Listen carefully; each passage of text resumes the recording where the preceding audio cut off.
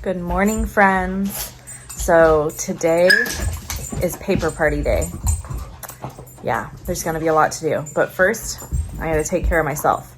I'm gonna brew some coffee, the dogs are playing, I'm gonna put my tennis shoes on, I'm gonna go on a walk and start my day that way. I try really hard to start my day with something like that for me. So either exercise, yeah, it's usually exercise of some kind, but it's beautiful out right now. And so I'm gonna go on a walk.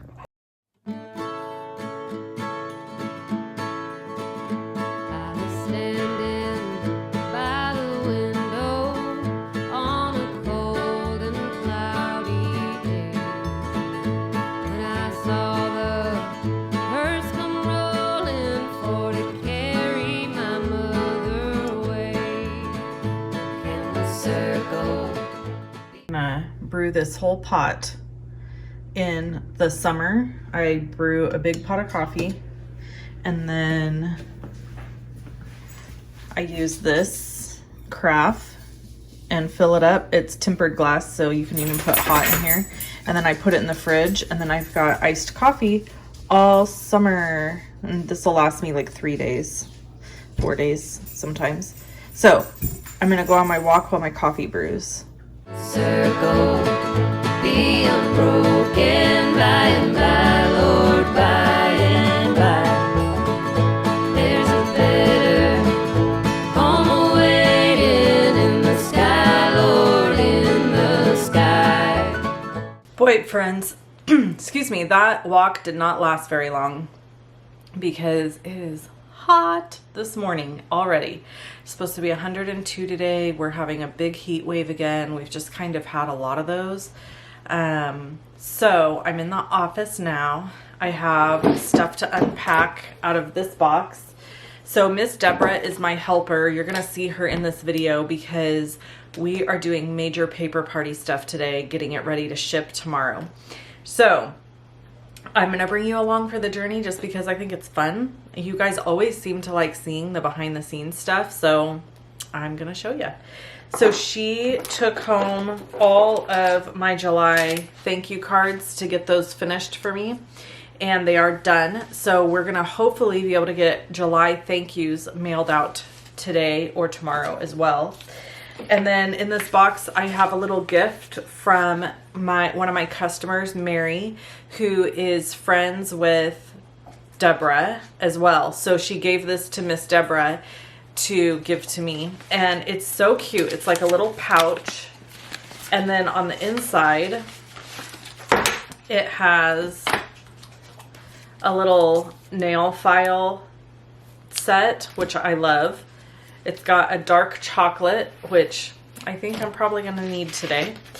And it's got 2 Andes mint chocolates, which I love mint and chocolate. Mint and chocolate is like the best combo ever.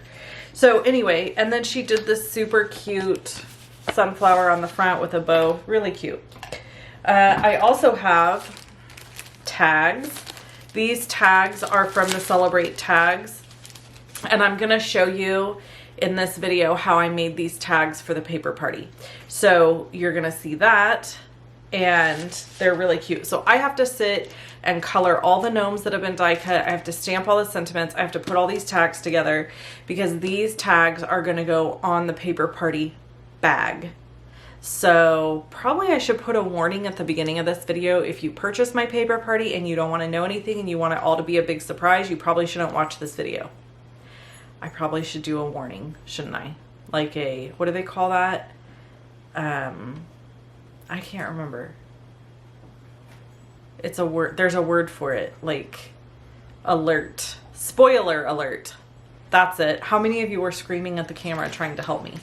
Okay, at the camera, at the video. Anyways, so that's what's happening. I'm gonna get busy getting these tags finished. I shot a video earlier on how to make the tag, so I'm gonna drop that right here so you guys can watch how to make the cute tag that we're doing for the paper party. Enjoy! So first I had to stamp a whole bunch of these gnomes. I stamped 75 of these gnomes, and they needed to all be colored. But the kind of what I do with Miss Deborah, a lot of people ask about her helping me and stuff. So like I stamped all these and then I gave them to Miss Deborah to die cut, because there's certain things that only I can do in my business. So things like that, I will hand off to Miss Deborah, because I know that she can do those things and it's not necessary for me to do them, if that makes sense. Once I had everything stamped, I decided to go ahead and make one prototype. I often do this so that I kind of know where I'm going with a project. So I'm coloring this little gnome for you. I used a medium, light medium on his nose and eyes. And then for his hat, I'm using Parakeet Party Light and Dark. I'm starting with my lightest color and coloring his hat, and then I'll go in with the darker color to add shadows on the sides of his hat and under the hat brim. In those areas where the hat kind of like indents right here, you can see there's a little line. That is an indicator that it's like supposed to have a crinkle, I guess is the best way to describe that. And so I'm just going in and adding a little bit darker color there, some shading, to make it seem more realistic. Anything that indents is going to be darker. So like if you're coloring a dress, a hat, whatever, wherever like a pleat or a fold goes in, it's going to be a darker color. Here I'm just coloring the sleeves of his shirt, and then I'm going in with the dark and doing a little bit of shading. The more times you go over this, the more the shading will show up. Here on the video, it doesn't show up quite as good. You could also use other greens that are even darker to do some of the shading. Because I was coloring so many of these, I opted not to do a bunch of layering because there's a lot to do. In fact, as the time progressed, I realized really quickly that I was not going to have time to sit and color these this way. So they ended up getting no shading. Sorry, that's my dog coming in the door. Clearly I need to WD-40 that door. So anyway, I did a few of them with a lot of shading, and then after that I was like, okay, this obviously is not going to work. It's going to take too long, and I went with just a simpler coloring method. So if you are doing my paper party and you get your tag and you're like, what the heck, I want more shading, just color them. Color right over the top of what I already colored. So I'm using Flirty Flamingo for the inside of his mouth. I use Smoky Slate for his shoes, and I use Tahitian Tide for his gloves and his pants. Not all the gnomes are colored the same. Some of them have green gloves and green pants with blue sleeves. So I changed it up a little bit here and there. Here I'm just going through his beard and highlighting the areas that are already have the lines. The artist that drew the gnome in the first place already had a concept of like where the darker spots should go. I want his beard to appear white, so I do have to add some shading. And then on his shoes, I decided I didn't really like the Smoky Slate for the shoes, and so I tried to add basic black, which I liked better. But again, I ended up going back and just doing them more simple and not doing all this shading and highlighting because it is time consuming. As you can see, I've not sped this part of the video up at all. I've kept it in real time, and I did that on purpose because I wanted you to see how long it takes to color a single object if you're doing all of the shading and layering and being careful with that kind of stuff. So then I die cut this little stinker from the paper, and I was ready to make the tag. For the tag, I used the Celebrate Tags dies. These are fantastic for Christmas time. So if you don't already have them, get them. So this was a little bit of a conundrum for me. I was trying to figure out where to put the sentiment. I originally wanted to make it so that my sentiment went over the top of the gnome, kind of in his lap, but then I felt like it covered up too much of him. So in the end, I ended up deciding to put my gnome lower and put my sentiment above him.